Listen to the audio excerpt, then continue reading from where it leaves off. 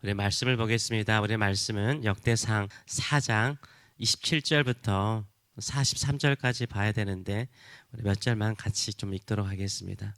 우리 말씀을 가지고 양떼를 위해 목장을 찾아 나서는 인생, 양떼를 위해서 목장을 찾아 나서는 인생이라는 제목으로 같이 은혜를 나누기로 합니다.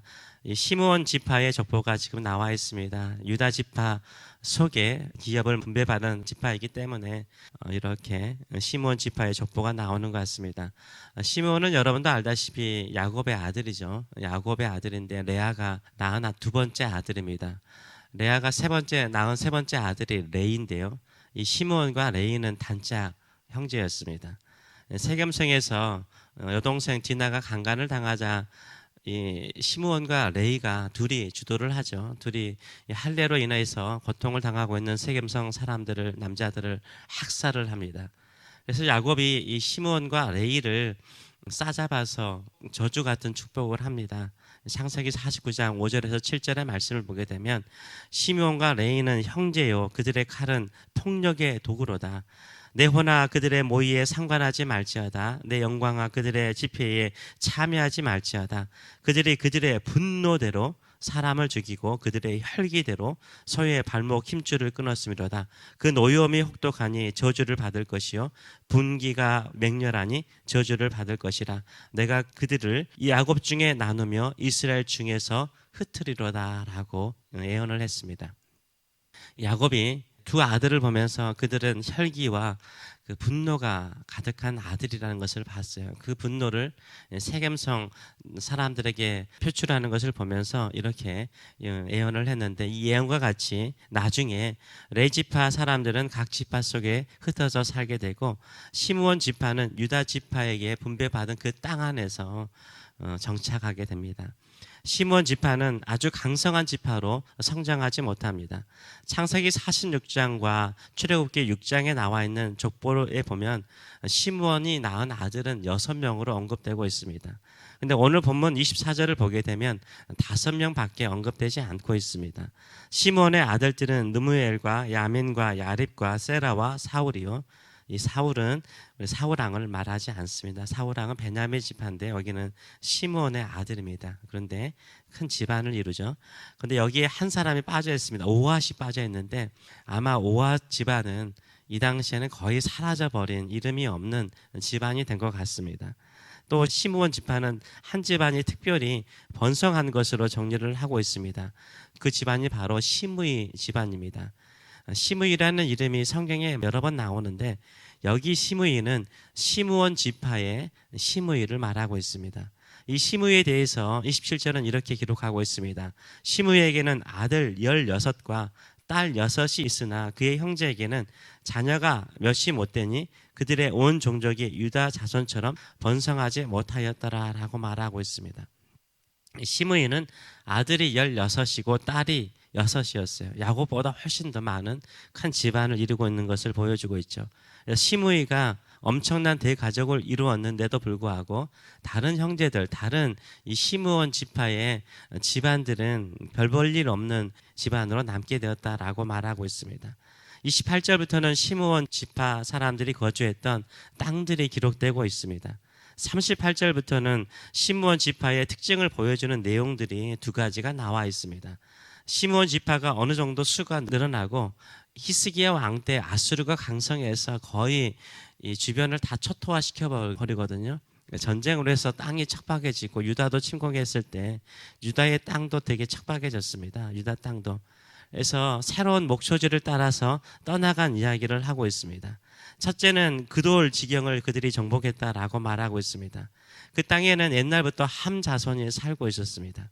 거기에는 전쟁이 없이 아주 평화롭게 오랫동안 살았던 지역이었습니다. 거기에는 기름지고 아름다운 목초지가 있다라는 것을 시므온 지파 사람들이 알게 된 거죠.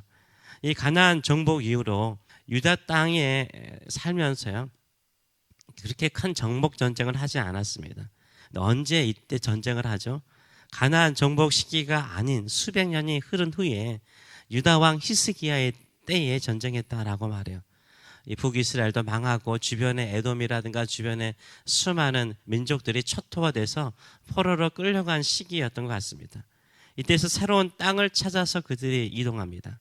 자신들의 양떼를 먹일 목장을 찾아서 그들이 싸웠다라고 이야기를 하고 있습니다.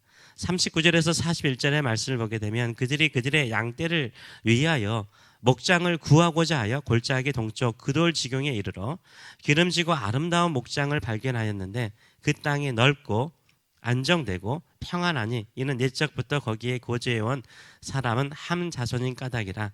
이 명단에 기록된 사람들이 유다 왕 히스기야 때에 가서 그들의 장막을 쳐서 무찌르고 거기에 있는 모닝 사람을 쳐서 진멸하고 대신하여 오늘까지 거기에 살고 있으니 이는 그들의 양떼를 먹일 목장이 거기 있습니다 라고 말하고 있어요. 이 모닝 사람은 함 자손인 것으로 보여집니다. 근데 이 39절과 41절을 보게 되면 앞부분도 그들이 그들의 양떼를 위하여 목장을 구하기 위해서 골짜기 그돌로 갔다라고 말하고 있고, 전쟁을 마치고 그 땅을 차지하고 난 이후에도 양떼를 먹일 목장이 거기 있다라고 부연 설명을 하고 있습니다. 그래서 시므온 지파는 양떼를 위해서 목장을 구하기 위해서 평화롭게 살고 있는 사람들을 죽이고 그 땅을 차지합니다. 두 번째, 시므온 지파 사람들이 정착한 곳이 있습니다. 세일산입니다. 여러분도 알다시피 세일산은 에돔 족속이 사는 땅이었습니다. 근데 에돔 족속이 아수르에서 포로로 끌려간 것 같습니다.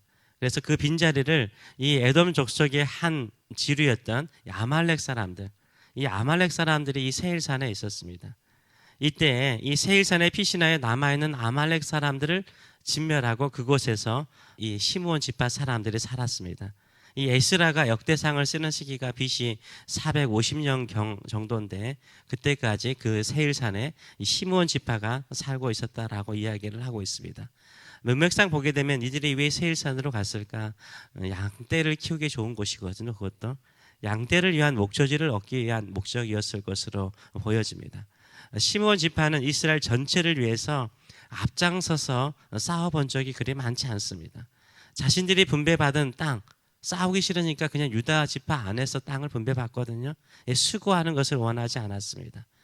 근데 언제 이들이 무기를 들고 전쟁을 합니까? 또 누구를 위해서 도전합니까? 시므온 지파는 그들의 양떼를 위해서 목초지를 얻고자 전쟁을 합니다. 한마디로 말해서 그들의 재산을 불리고 그들의 재산을 지키기 위해서 사는 지파라는 것을 보여주고 있습니다. 결국 별 볼 일 없는 지파가 되어버립니다. 하나님께서 자기의 양떼를 위해서만 싸우고 희생하는 지파를 그렇게 기뻐하지 않은 것 같습니다. 이스라엘 이 전체를 위해서 희생하거나 이스라엘 전체를 위해서 헌신하거나 하나님께서 그들에게 맡기신 사명을 위해서 최선을 다하거나 이런 모습을 시므온 지파 속에서 볼 수가 없는 것입니다. 오직 자신들이 먹고 사는 것에 집착하여 살다가 결국 작아지는 것을 보게 됩니다. 믿음의 지파, 유다 지파가 믿음의 사람들이 참 많지 않습니까? 그 믿음의 지파 속에 있음에도 불구하고 그들은 자기를 지키는데 급급한 것을 보여줍니다. 그래서 유다 지파가 강성해질 때 함께 강성해지지 못합니다. 우리 인생도 양떼를 위해서 사는 인생이 되기를 원하지 않습니다. 양떼를 위해서 치열하게 싸우는 인생이 되기를 원하지 않습니다. 우리에게 주어진 한 시간 한 시간 한 수간 한 수간을 하나님을 위해서, 하나님이 주시는 사명을 위해서, 하나님께서 우리의 인생에 두신 그 목적을 위해서 살아가시는 저와 여러분 되시길 축원합니다. 우리 주님께서 우리에게 맡기신 것은 무엇입니까? 우리 예수님을 사랑하고 우리 예수님을 세상 사람들에게 전하는 거죠. 믿지 않는 사람들에게 전하는 것입니다. 그러기 위해서는 우리 안에 충만해져야 되는 것이 있습니다. 그것은 뭡니까? 예수님으로 충만해져야 됩니다. 우리 교회 표어가 예수를 전하는 사람들입니다. 제 자신이 먼저 예수를 전하는 사람이 돼야 되겠죠. 또 예수님을 전하는 사람이 되려면 예수님으로 충만해져야 되지 않겠습니까? 예수님을 사랑하고 예수님 없이는 살아갈 수 없고, 예수님을 생각하면 행복하고 즐겁고, 또 예수님의 뜻을 이루는 것이 나의 인생의 목적이 되는 것이 가장 아름다운 인생인 줄 믿습니다. 우리에게 맡겨진 사명이 무엇입니까? 예수의 사람이 되어서 예수를 전하여서 수많은 사람들 낙심하고 좌절하고 죽음에 허덕이고 걱정하고 영생을 알지 못하는 그들에게 참된 복음을 전하도록 우리를 부르신 줄 믿습니다. 우리에게도 양떼를 위해서 목장을 찾는 인생도 필요합니다. 그러나 그것보다 더 위대한 인생, 하나님의 양떼, 하나님의 백성을 찾아서 하나님의 백성답게 살도록 인도하는 거룩한 인생, 아름다운 인생, 복된 인생을 살아가시는 저와 여러분 되시길 축원합니다. 기도하겠습니다. 살아계신 하나님 아버지 은혜를 감사드립니다. 시므온 지파는 유다 지파 안에서 살면서 좋은 믿음의 영향을 많이 받을 수 있음에도 불구하고 그들은 거기에 안주하는 것을 좋아했고 이제는 그들의 땅이 황폐되어지니까 그때서야 자신들의 양떼를 먹일 목장을 찾아 움직였나이다. 우리의 인생이 안주하는 인생, 또 양떼만을 위해서 먹고 사는 것만을 위해서 사는 인생 되기를 원하지 않습니다. 우리를 예수 그리스도의 피로 살리시고 구원하여 주신 그 은혜 아는 사람으로서 우리 안에 계신 예수 그리스도를 온전하고 널리 전하는 저희들의 삶들이 될 수 있도록 은혜 더하여 주시옵소서. 그래야 우리의 마음속에 이 예수 믿는 행복, 예수님을 바라보고 예수님의 뜻을 이루는 이 삶의 부요함을 늘 채워주시기를 간절히 간구합니다. 그 행복을 가지고 주변 사람들, 특별히 하나님의 백성들을 찾아내어서 그들에게 하나님의 백성답게 살도록 가르치고 또 하나님의 백성답게 함께 살자라고 권면하며 함께 이 땅에 하나님의 나라를 이루는 저희들의 삶들이 될 수 있도록 축복하여 주시옵소서. 감사드리며 예수님의 이름으로 기도하옵나이다. 아멘.